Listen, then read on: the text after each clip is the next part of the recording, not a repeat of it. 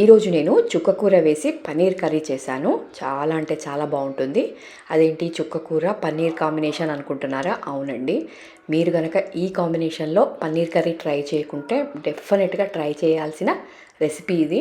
రెగ్యులర్గా మీరు పన్నీర్ బటర్ మసాలా, అలాగే పాలక్ పన్నీర్ ఇలా రకరకాలుగా చేసుకుంటారు కదా పన్నీర్ని. అదేవిధంగా ఈ చుక్కకూర పన్నీర్ చేసుకోండి.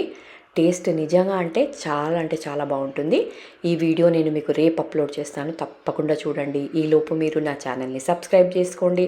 అలాగే దాంట్లో ఉన్న లంచ్ బాక్స్ రెసిపీస్, అలాగే దాంట్లో ఉన్న రకరకాల కర్రీస్ అన్నీ ట్రై చేయండి. టేస్ట్ అద్భుతంగా ఉంటుంది.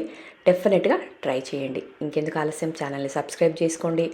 అలాగే ఈ వీడియోని కూడా తప్పకుండా స్కిప్ చేయకుండా చూడండి. చూస్తారు కదా, ఇంకెందుకు ఆలస్యం, ఈ వీడియో నేను మీకు రేపు అప్లోడ్ చేస్తాను. తప్పకుండా ఛానల్ని సబ్స్క్రైబ్ చేసుకోండి.